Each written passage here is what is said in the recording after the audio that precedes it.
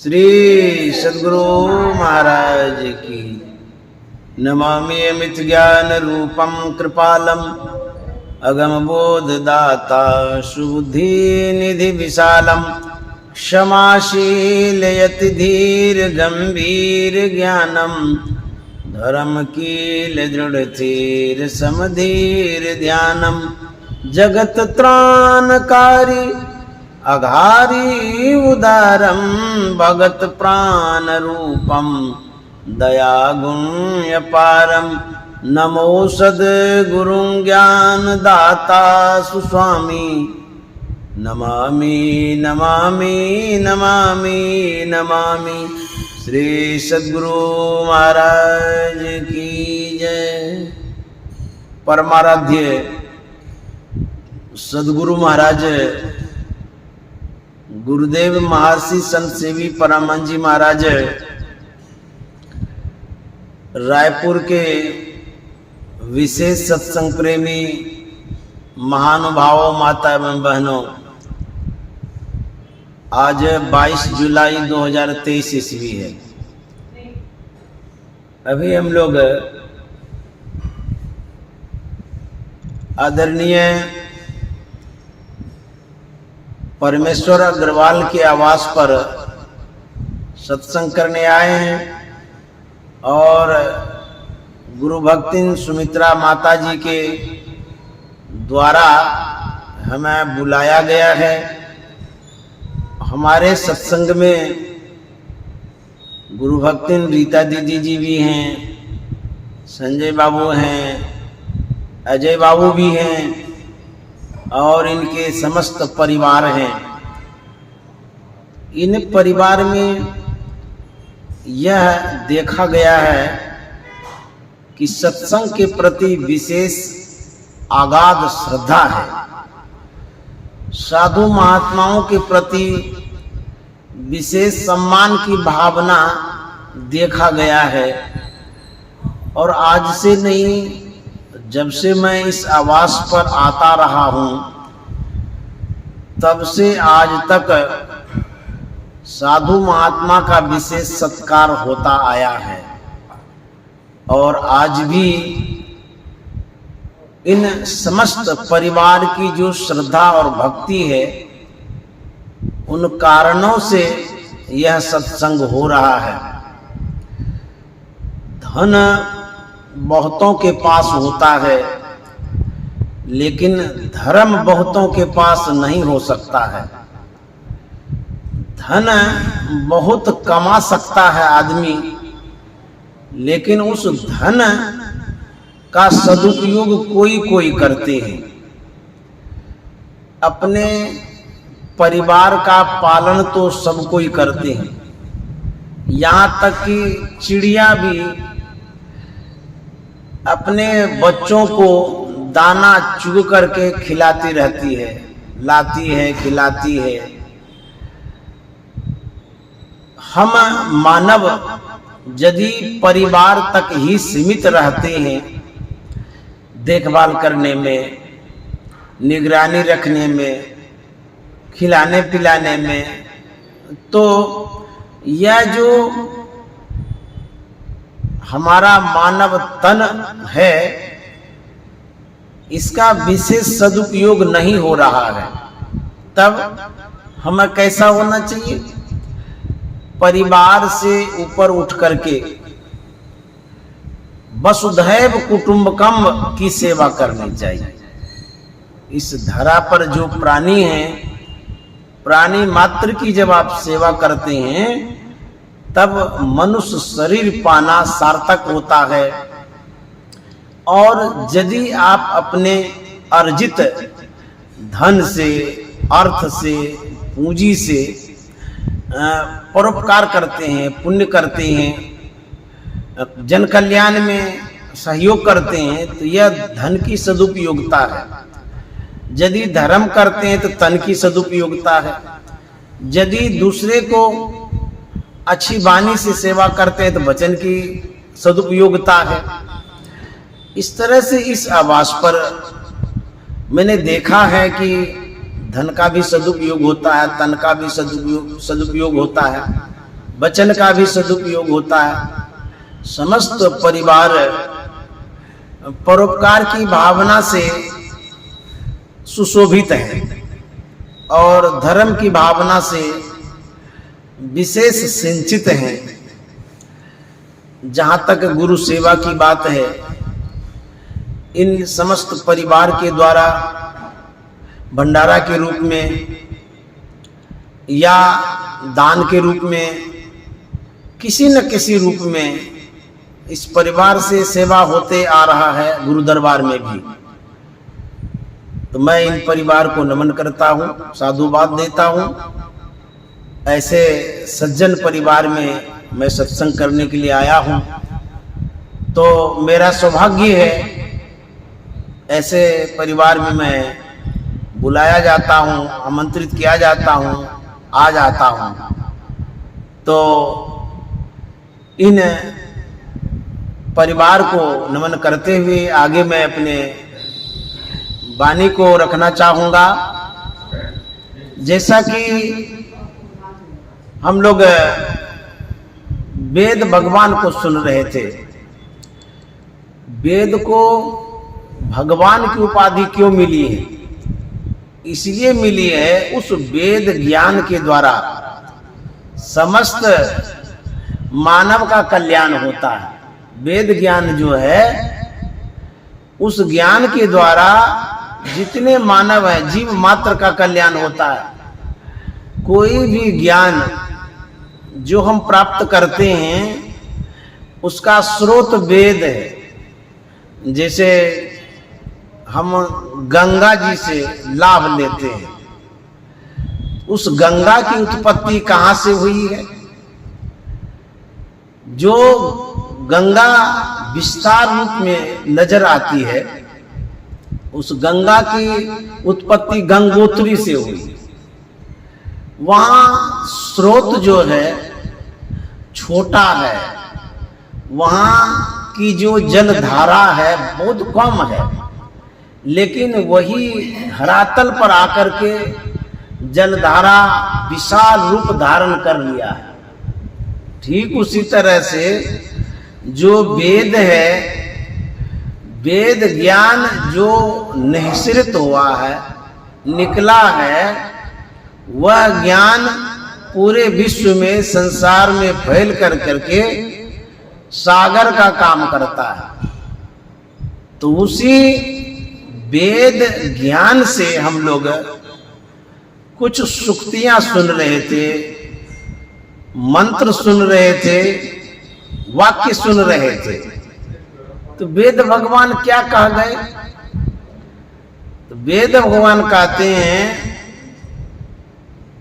कि ईश्वर के तत्व ज्ञान को प्राप्त करने के लिए पहले बुद्धि योग अर्थात सत्संग करना चाहिए। ये वेद भगवान का आदेश है। यदि आप भगवान को मानते हैं तो भगवान क्या कहते हैं? पहले सत्संग करना चाहिए। हम लोगों को भगवान का आदेश मानना चाहिए। भगवान कहते हैं सत्संग करना चाहिए। अब जो सत्संग है उसका क्या प्रारूप है, क्या रूप है, क्या प्रकार है?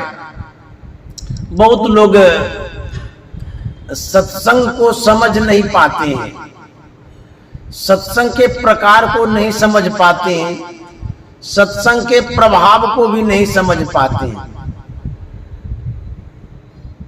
जो उनके विचारों में आता है उस तरह से अपना सत्संग किया करते हैं। तो सत्संग का क्या प्रकार है? जैसे हम लोग सदग्रंथों का पाठ करते हैं, यह सत्संग का एक रूप है। सदग्रंथों का पाठ करना सत्संग करना है, क्योंकि उसमें संतवानियां होती हैं, सुक्तियां होती हैं, शास्त्रों की बातों को पढ़ना, यह भी एक सत्संग है। सत्संग का एक रूप है। पश्चात जब कोई साधु महात्मा आपके यहाँ आते हैं, उनका प्रवचन होता है, उनके वचनों को सुनना एक सत्संग है। यह भी सत्संग है, दूसरा रूप कह लीजिए। उसके बाद सत्संग में जो बातें कही जाती हैं उसके अनुरूप चलना, अर्थात जो ध्यान करने की बातें कही जाती हैं, जब आप ध्यान करते हैं अंतर का ध्यान, तो कहते हैं वह भी एक सत्संग है, उससे सत्संग का ही लाभ मिलता है। सदग्रंथ पढ़ते हैं सत्संग से लाभ मिलता है। दूसरा, जब साधु महात्मा कुछ सुनाते हैं तो वो भी सत्संग का लाभ मिलता है। तीसरा, जब ध्यान करते हैं वो भी सत्संग से लाभ मिलता है।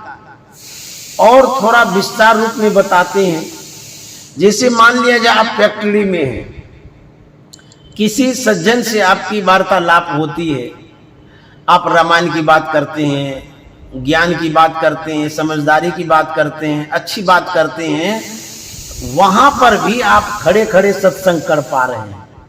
आप चौक पर हैं, चौराहे पर हैं, यदि आप संतवाणी की चर्चा करते हैं, गुरुवाणी की चर्चा करते हैं या पवित्र वाणी की चर्चा करते हैं, तो उस चौक पर भी आपका सत्संग हो रहा है। जैसे आप चौके में हैं, किचन में हैं, कोई माताएं भोजन बनाती हैं, वहां पर यदि आप सत्संग की चर्चा करते हैं, गुरु महाराज के संस्मरणों को बोलते हैं या सुनते हैं या सुनाते हैं, उस चौके में भी आप सत्संग कर रहे हैं।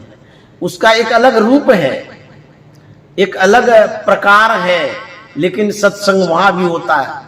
आप वृक्ष के किनारे खड़े हैं, वहां यदि खड़े खड़े आप सदग्रंथों की चर्चा करते हैं, संत महात्माओं की चर्चा करते हैं, अच्छे विचारों को यदि वहां रखते हैं, तो गाछ के नीचे खड़े खड़े भी सत्संग हो रहा है।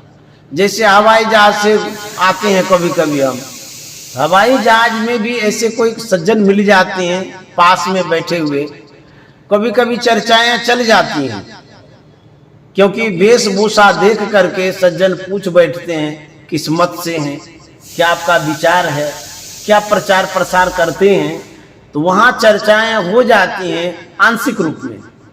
तो जो हवाई जहाज में बैठे बैठे हम चर्चा करते हैं, कैसी चर्चा? सत चर्चा, सतकथा करते हैं, सज्जनों के साथ करते हैं, तो वहां भी सत्संग हो रहा है।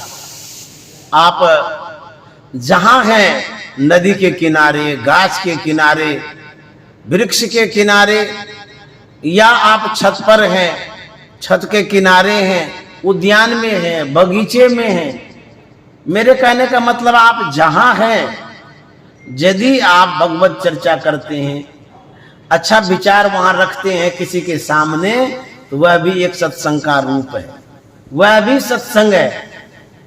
जैसे हम लोग पंडाल बनाते हैं, बड़ा माइक लगाते हैं, बड़े बड़े महात्माओं को बुलाते हैं, हजारों लोग उसमें उपस्थित होते हैं, यह भी एक रूप है, यह भी सत्संग का रूप है। लेकिन यदि आप छोटे रूप में भी करते हैं, आप यदि घर में करते हैं, नीचे में बैठ करके करते हैं, चौका में करते हैं, तो वो भी सत्संग ही है। आप कुछ भी कर रहे हैं, टेबल पर भोजन कर रहे हैं, वहां पर भी यदि सत चर्चा कर लेते हैं, तो टेबल पर बैठे बैठे सत्संग का लाभ मिलता है। तो इस तरह से सत्संग का यह एक रूप है। तो वेद भगवान क्या कहते हैं? सत्संग करना चाहिए। आप कहीं भी हैं, किसी भी परिस्थिति में हैं, आप सत्संग करिए। परमाराध्य सदगुरु महाराज ने अपने वचनों में कहा है कि जहां रहो सत्संग करो। जहां रहने का मतलब क्या है? आप कहीं भी हैं, सड़क पर हैं, बस में हैं, ट्रेन में हैं, गाछ पर हैं, नदी के किनारे हैं, कहीं हैं, सत्संग मंदिर में हैं, सत्संग हॉल में हैं, तो कहते हैं आप जहां रहिए वहीं सत्संग हो जाता है। एक बड़ी अच्छी चर्चा स्मरण में हो आई है, संस्मरण है, जो आपके सामने रख देना चाहता हूं। परमाराध्य सदगुरु महाराज के समय की बात है। एक प्रोफेसर प्रत्येक रविवार को कुप्पा घाट आ जाया करते थे। उनका नियम था, रविवार को वो सत्संग में अवश्य भाग लेते थे। एक दिन उनके मित्रों ने यह बात उनसे कह दिया कि आप बराबर कुप्पा घाट ही जाते हैं, क्या कुप्पा घाट में ही सत्संग होता है? जरूरी है वहां जाना, वहीं पर सत्संग होगा और कहीं नहीं हो सकता है। तो प्रोफेसर साहब ने कहा था, नहीं नहीं, हमारे गुरु महाराज ने कहा कि जहां रोज सत्संग करो। तो मित्र ने कहा कि जब गुरु महाराज ने कहा जहां रोज सत्संग करो, तो मैं देखता हूं कि आप बार बार प्रत्येक रविवार को कुप्पा घाट चले ही जाते हैं, घर में क्यों नहीं करते हैं? तो प्रोफेसर साहब ने कहा था कि मित्र क्या कहेंगे, मैं जब कुप्पा घाट जाता हूं, साधु महात्मा का दर्शन करता हूं, परमाराध्य सदगुरु महाराज के प्रवचनों को सुनता हूं, उस माहौल में जाकर के, उस संग में जाकर के, उस सत्संग में जाकर के बेनिफिट क्या होता है, लाभ क्या होता है कि मेरा मन रूपी बैटरी चार्ज हो जाता है। पुनः जब मैं 6 रोज तक आप लोगों के बीच में होता हूं तो मेरा बैटरी डिस्चार्ज हो जाता है। अब फिर 7वें रोज रविवार को चार्ज कराने चला जाता हूं। तो जब आप सत्संग करते हैं तो मन में प्रेरणा होती है, एक जागृति होती है, मन उत्प्रेरित होता है किस ओर जाने के लिए? अध्यात्म की ओर, अच्छे संग की ओर, परमात्मा की ओर। तो जब आप सत्संग सुनकर के प्रेरित होते हैं, प्रभावित होते हैं, वह प्रेरित मन आपको किस ओर ले जाता है? जैसे मान लिया जाए आप किसी विशेष जल धारा में पड़ गए, बाढ़ का समय है, बहुत तेज धाराएं चल रही है, उसमें किसी कारण से पड़ गए, उस धाराओं में जो प्रेरणा हो रही है, जो प्रभाव है ठेलने का, धकेलने का, पुश करने का, तो किधर वो लेकर के धाराएं जाएगी?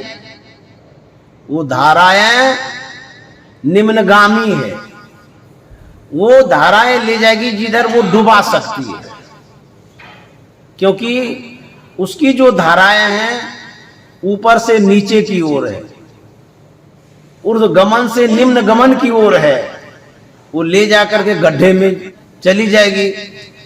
तो जिन धाराओं में आप पड़ते हैं, उन धाराओं के कारण आप वहां तक चले जाते हैं। तो गंगा की धाराएं किधर है?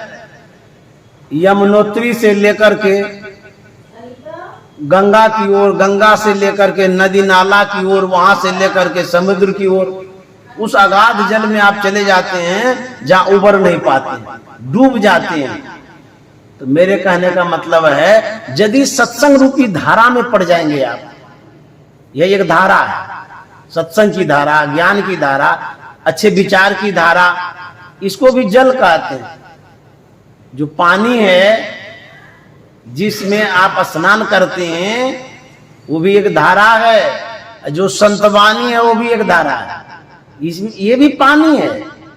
एक संत ने कहा, भरा सत्संग का दरिया, नहा लो जिसका दिल चाहे, जिगर के दाग पातक का छुरा लो जिसका दिल चाहे। इसको भी पानी की संज्ञा मिली है सत्संग को, क्योंकि ये जो संतवाणी है, जो शब्द आप सुनते हैं, ये भी धोने का काम करती है, पवित्र करने का काम करती है, प्रेरित करने का काम करती है। तो मेरे कहने का मतलब है, जो सत्संग की धाराओं में पड़ जाता है, तो जाता किधर है, कहां चला जाता है? तो कहते हैं ये वहां लेकर के जाता है जहां एक आध्यात्मिक केंद्र है, एक स्थान है, जहां एक पवित्र स्थान है, इसे आप खींचे चले जाते हैं। जैसे जब आप सत्संग सुनते हैं तो जरूर मन में होता है कि गुरु महाराज के पास जाना चाहिए, कुपा घाट जाना चाहिए, बाबा सबका दर्शन करना चाहिए, आध्यात्मिक जीवन बिताना चाहिए।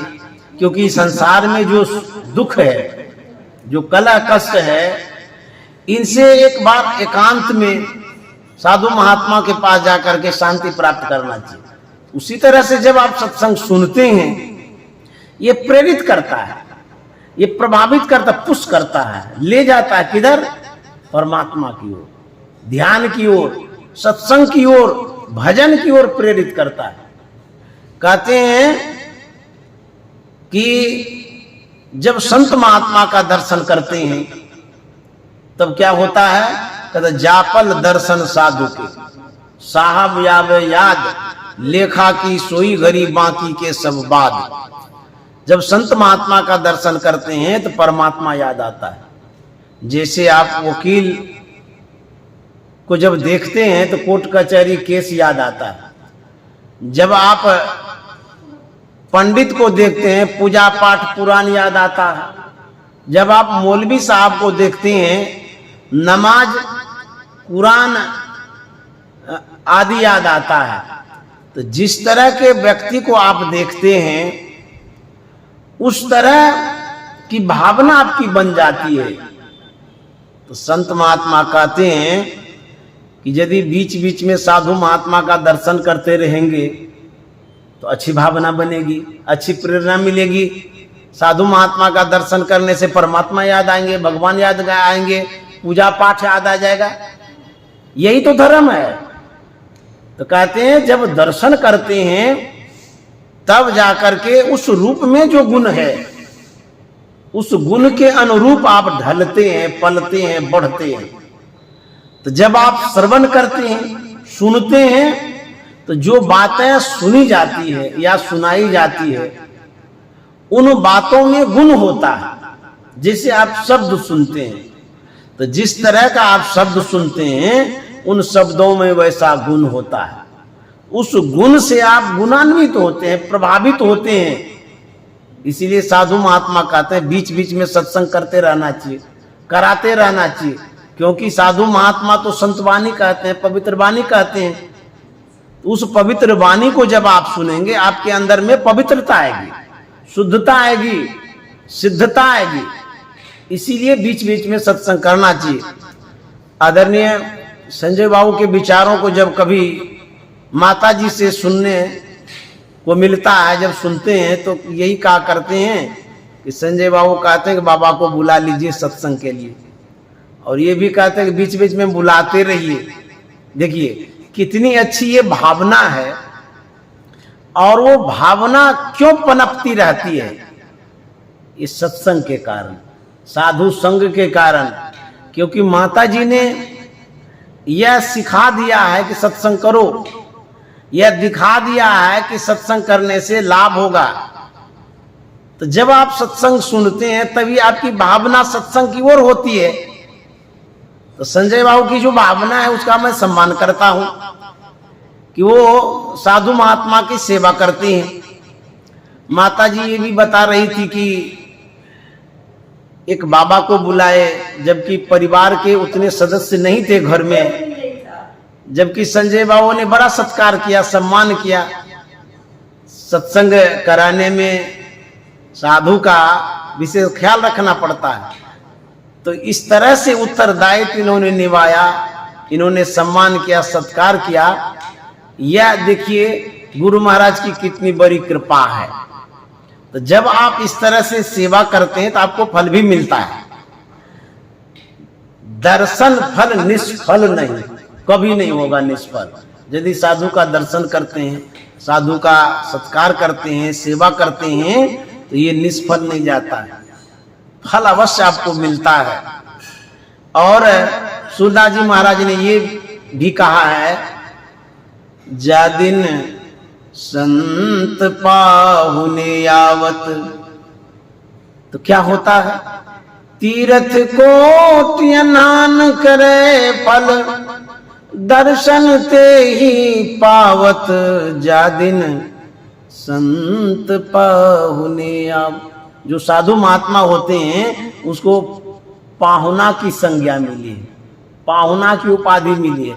पाहुना कहते हैं विशेष अतिथि को, जमाई बाबू को भी बोलते हैं।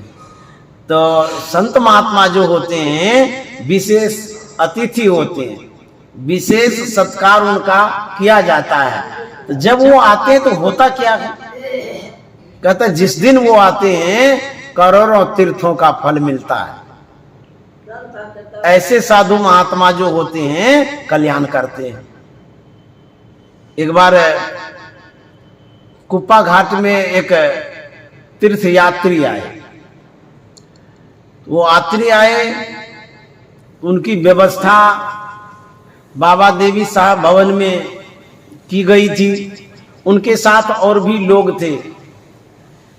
एक व्यक्ति जिसे मेरी जान पहचान थी, तो मैं गया भी व्यवस्था देखने के लिए। उनको कमरा उमरा दिया गया। मैं बरामदे पर खड़ा था। वह जो तीर्थ यात्री था, जो हमारे जान पहचान के थे, बहुत तीर्थों में घूमे थे, दर्शन करके आए थे। मैं खड़ा ही था, वो मेरी परिक्रमा करने लगे, मतलब हमारे चारों तरफ वो घूमने लगे। एक बार घूमे, दो बार घूमे, कई बार घूमे।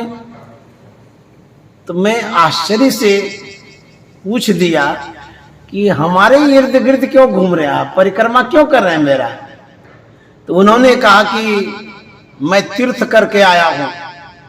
तो मैंने कहा तो बड़ी अच्छी बात है, आप पुण्यात्मा है, धर्मात्मा है, इतना तीर्थ करके आए, घूम रहे हैं, क्यों परिक्रमा कर रहे हैं? तो उन्होंने कहा था कि तीर्थों में घूमने से जो लाभ मिलता है, यदि संत की परिक्रमा कर लेते हैं, उन सभी तीर्थों का विशेष फल मिल जाता है। इसीलिए मैं आपकी परिक्रमा कर रहा हूं।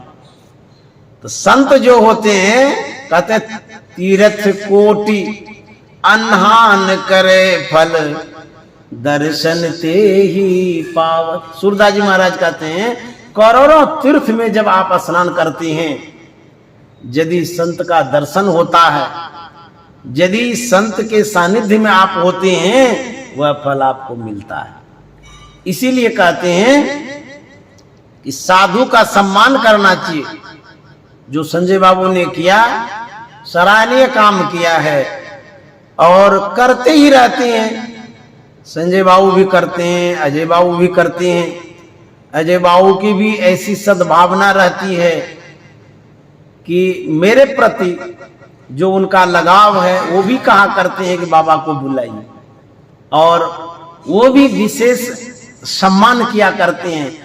तो मैं खुश नसीब महसूस करता हूं कि इस आवास में संजय बाबू, अजय बाबू इतना मेरा सत्कार भी करते हैं, सम्मान भी करते हैं। और मैं गुरु महाराज से प्रार्थना भी करता हूं कि उनकी ये जो सद्भावना है, साधु सेवा की जो भावना है, यह बनी रहे और उनके जीवन में जो अच्छाई है वो बढ़ती रहे, जो मंगल है वो होते ही रहे, और जो उनकी सदीक्षा है उसकी पूर्ति भी होती रहे। तो मैं गुरु महाराज से इन दोनों लाल के लिए, जो माता जी का लाल है, माता जी कहा भी करती रहती हैं कि मेरा दो लाल है, एक संजय बाबू, एक अजय बाबू, ये लाल हैं। और इस परिवार में जितने हैं सब हीरे हैं, क्योंकि सभी सत्संग से सुसज्जित हैं, इसीलिए हीरा है। तो मैं गुरु महाराज से यही प्रार्थना करता हूं कि समस्त परिवार पर कृपा बनी रहे और सबके सब खुश रहें, प्रसन्न रहें। तो जब आप साधु महात्मा का सत्संग सुनते हैं तो यह एक प्रभाव होता है कि जब दर्शन करते हैं तो परमात्मा याद आता है, तो यह एक प्रेरणा होती है। उसी तरह से संतवाणी सुनते हैं तो सब प्रेरित हो जाते हैं, प्रभावित हो जाते हैं। तो बराबर सत्संग सुनते रहना चाहिए। और गुरु महाराज ने जो कहा है कि सत्संग नित और ध्यान नित रहिए, करत संलग्न हो, बेविचार चोरी नशा हिंसा झूठ तजना चाहिए। रोज सत्संग करते रहना चाहिए और ध्यान करते रहना चाहिए। सत्संग ध्यान ये सब जब करते रहेंगे, एक ना एक दिन शरीर तो सबका छूटता है। All man must die. गुरु महाराज ने अंग्रेजी में पढ़ा था, एक दिन सभी मनुष्य अवश्य मरेंगे, जाना तो निश्चित है, ध्रुव निश्चित है। कितना भी पैसा आप एकत्रित कर लीजिए, मरना जरूरी है। क्यों? इस संसार ही मरण धर्मा है। भगवान आए वो भी तो चले गए, राजा आए वो भी चले गए, चक्रवर्ती आए वो भी चले गए। जिन्होंने पूरे विश्व में राज्य किया वो भी चले गए। करोड़पति, अरबपति, खरबपति वो भी तो चले गए। अंबानी भी चले जाएंगे। क्यों? यह शरीर और संसार ही ऐसा है, एक दिन छोड़ना पड़ेगा। कौन कौन गए जड़ा बिचारिए, संतवाणी पर गौर करिए। गोस्वामी तुलसीदास जी महाराज ने कहा है, बलि विक्रम बेनु दधीच गए, और पारथ गए जिन भारत ठाना, बाली गए बलशाली गए, जिनके कखरी 10 कंठ लुकाना। धरा का प्रमाण यही तुलसी, जो फरा सो झड़ा, जो बड़ा सो भूताना। शरीर एक दिन अवश्य छूटेगा। तो कहेंगे जब शरीर छूटेगा तो जाएगा क्या?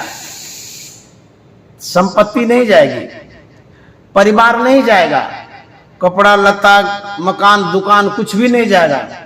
तो संत महात्मा सिखाते हैं कि आप जो सत्संग सुनते हैं, ये जो धर्म करते हैं, यह एक संस्कार होता है। यह संस्कार आपके साथ जाएगा। तो करेगा क्या? यही संस्कार, उत्तम संस्कार, सत्संग का संस्कार आपको मानव शरीर दिलाएगा और भक्ति की ओर लगाएगा। आपका कल्याण होगा। सत्संग भजन करते रहेंगे तो गुरु महाराज ने कहा है, जीवन पर्यंत जो सत्संग करते हैं उसको मनुष्य का शरीर अवश्य मिलेगा। इसीलिए बराबर सत्संग करते रहना चाहिए और साधु महात्माओं को बुला करके उस सत्संग से लाभ लेते रहना चाहिए। अपने से आप जो करते हैं उसमें तो लाभ होता ही है। जब साधु महात्मा आते हैं उससे विशेष प्रेरणा मिलती है, क्योंकि वो प्रवचन करते हैं, वो समझाते हैं, वो सिखाते हैं, उसका एक अलग प्रभाव पड़ता है। तो मैं संजय बाबू को, अजय बाबू को बहुत बहुत साधुवाद देता हूं, जिन्होंने इस सत्संग के लिए मन बनाया, विचार बनाया और माता जी से कहा भी। तो माता जी बता रही थी कि हमारे बेटे का ये विचार है। तो मैं ऐसे विचारवान को नमन करता हूं, प्रणाम करता हूं और समस्त परिजन को भी नमन करता हूं। और जो गुरु भक्तिन सुमित्रा माता जी हैं, इनको विशेष रूप से नमन करता हूं, क्योंकि ये पुण्यात्मा है, धर्मात्मा है। ये इस आवास में, इस घर में, इस परिवार में धर्म का मूल है और पुण्य का मूल है, जिस कारण से सभी परिवार को जोड़ के रखती हैं, सत्संग में लगा के रखती हैं और संतवाणी के महत्व को समझा के रखती हैं। तो मैं माता जी को नमन करते हुए वाणी में विराम देता हूं। श्री सद्गुरु महाराज की जय।